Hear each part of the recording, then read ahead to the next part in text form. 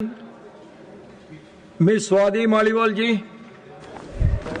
Thank you chairman sir, आज hospital और private insurance के बीच एक ऐसा नेक्सस बन गया है जो आम इंसान की कमर तोड़ रहा है। सर, हम ये दुखद सच्चाई अक्सर देखते हैं।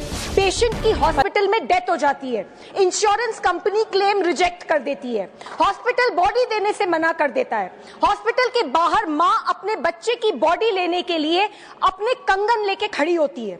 सर, दूसरी ओर टीवी पे एड्स देखिए, इंश्योरेंस कंपनी सेलिब्रिटीज से प्रमोशन कराते हैं, मिनट्स में अप्रूवल दिखाते हैं, पॉलिसी साइन करवाते वक्त आप भगवान हो, उसके बाद आप सिर्फ हॉस्पिटल और इंश्योरेंस के बीच की एक टेनिस बॉल हो। एडमिट होते ही टीपीए में पता चलता है कि आपकी कंपनी तो ब्लैक लिस्टेड है, पहले पे करो उसके बाद रिइंबर्समेंट होगा। मान लो क्लेम फाइल हो भी गया, आप डिस्चार्ज वाले दिन भी एक कागज के लिए पूरा दिन बैठे रहते हो, बिलिंग चलती रहती है। आप इंश्योरेंस कंपनी को कॉल करो, आधा घंटा उनकी कॉलर ट्यून सुन के होल्ड पर बैठे रहो, हर बार नया कॉलर एजेंट, हर बार पूरा इशू दोबारा समझाओ, फिर भी क्लेम रिजेक्ट। महीनों तक इंश्योरेंस ऑफिस और हॉस्पिटल के बीच के चक्कर काटो।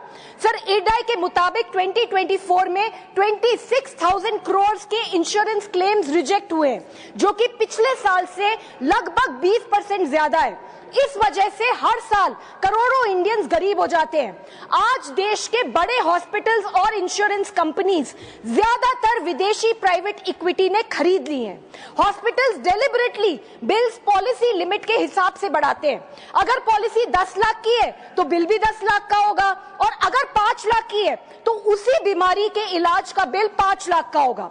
सर, फॉरेन प्राइवेट इक्विटी के लिए पेशेंट नहीं, रॉ मटेरियल है, जिससे उसको 3 से 5 साल के अंदर 25% रिटर्न्स कमाने ही है। सर, एक कंपनी जो ऑनलाइन इंश्योरेंस का आज 93% मार्केट शेयर होल्ड करती है, अब हॉस्पिटल्स में भी इन्वेस्ट कर रही है। एक ही कंपनी इंश्योरेंस भी बेचेगी, हॉस्पिटल में एडमिट भी करेगी और क्लेम्स भी प्रोसेस करेगी। There is no regulatory wall here. Sir, India के दिव्यांग नागरिक तो इस सिस्टम से पूरी तरीके से बाहर है।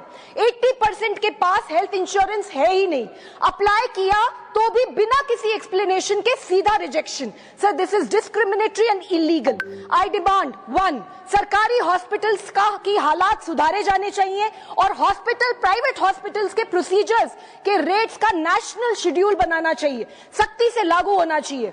2, foreign private equity Indian hospital में 26% से ज्यादा हिस्सा सरकारी परमिशन के बिना ना ले पाए। 3, रेगुलेशन लाओ against the same insurance company owning hospitals as well. 4th, ghost and inflated billing पर क्रिमिनल केस होना चाहिए। 5th, दिव्यांग के लिए मैंडेटरी हेल्थ इंश्योरेंस होना चाहिए, उन्हें आयुष्मान भारत में भी जोड़ा जाए। Thank you. राजीव शुक्ला जी। धन्यवाद सभापति जी। मैं सदन में आपके माध्यम से देश के एक महत्वपूर्ण विषय पर ध्यान आकृष्ट करना चाहता हूं। कृषि बीमा योजना या प्रधानमंत्री फसल बीमा योजना का नाम आप सब लोगों ने सुना होगा, लेकिन ये आजकल इस बीमा योजना के जो हाल हुए हैं उस पर सरकार को जरूर ध्यान देना चाहिए। किसानों को कुछ नहीं मिल रहा है।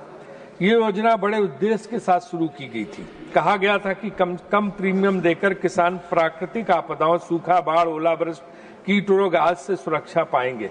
किसान को संकट की घड़ी में सहारा मिलेगा, उसकी आमदनी स्थिर होगी। लेकिन जमीनी हालत कुछ अलग ही दिखाई दे रहे हैं। महाराष्ट्र का अकोला में किसान की फसल खराब हुई, मुआवजा आया, और आया कितना किसके खाते में? 21 रुपए, किसी के खाते में 8 रुपए, और कुछ किसानों के खाते में तो 3 ही रुपए। अध्यक्ष महोदय, 3 रुपए क्या करेंगे किसान? किसान दुगनी की उस धनराशि का क्या उसको फायदा मिल पाएगा? उत्तर प्रदेश के बरेली में इस साल जनवरी में बाढ़ आई, धान की फसल डूब गई, किसानों ने बीमा का दावा किया, मुआवजे के नाम पर किसी के खाते में 3 रुपया 76 पैसे और किसी के खाते में 2 रुपये 72 पैसे आए। और तो और जहां से कृषि मंत्री जी आते हैं, चले गए अभी, मध्य प्रदेश में भी यही हाल है, विदिशा और सारी जगह पे। मैं पूछना चाहता हूं, क्या किसान 5 रुपए में नई फसल बो पाएगा? क्या 3 रुपए में डीजल आएगा? क्या 3.25 रुपए में कीटनाशक मिलेगा? या उन पैसों को फ्रेम करवा के दीवार पर टांग ले कि ये देखो मेरा बीमा सुरक्षा कवच है। अध्यक्ष महोदय, बीमा का मतलब होता संकट में सहारा, लेकिन यहाँ तो सहारा ऐसा कि किसान सोचता होगा इतने में तो मोबाइल रिचार्ज भी नहीं होता, फसल कैसे होगा? समस्या सिर्फ रकम की नहीं है, कई जगह फसल का फिजिकल वेरिफिकेशन भी नहीं होता। अधिकारी खेत में तब पहुंचते हैं जब फसल पूरी तरह से बर्बाद हो जाती है, दोबारा बुआई का वक्त आ चुका होता है और नुकसान का निशान मिट चुका होता है। कई बार पोर्टल बंद हो जाता है और सर्वर डाउन हो जाता है।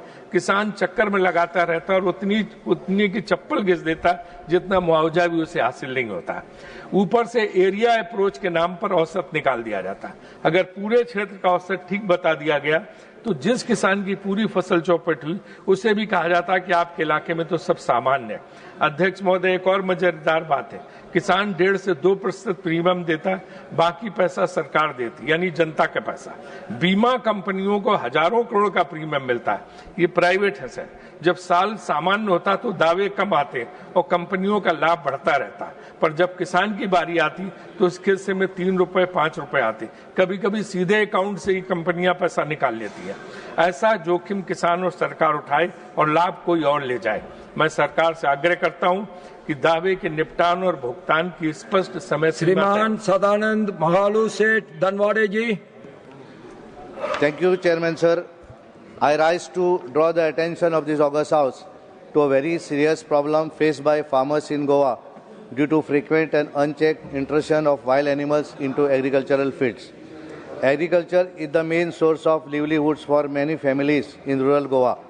For generations, farmers have relied on coconut, areca nut, banana, pineapple, mango, jackfruit, cashew, and vegetable plantation, along with paddy cultivation and other crops.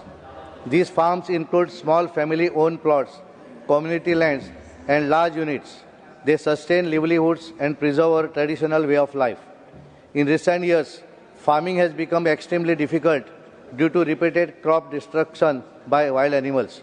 Most farms and orchards are near forest, especially in villages bordering forest areas and the foothills of Sahyadri Range. Wild boars, monkeys, bison or gaur, porcupines, giant squirrels, and other large animals regularly invade these areas. Farmers often wake up to find entire fields destroyed overnight. In many cases, crops are not just days before harvest. This problem has become a daily struggle and nightmare for farmers. They stay awake at night to guard their fields, risking their safety. Many elderly women farmers are unable to manage this. Traditional paddy cultivation is disappearing not due to unwillingness, but because repeated wildlife attacks make it unviable. Horticulture too is becoming unsustainable due to continuous crop loss. Without proper protection, farmers receive little relief. They invest effort and money, yet the crops do not reach the market. Compensation is often delayed, inadequate, or difficult to claim, adding to their frustration.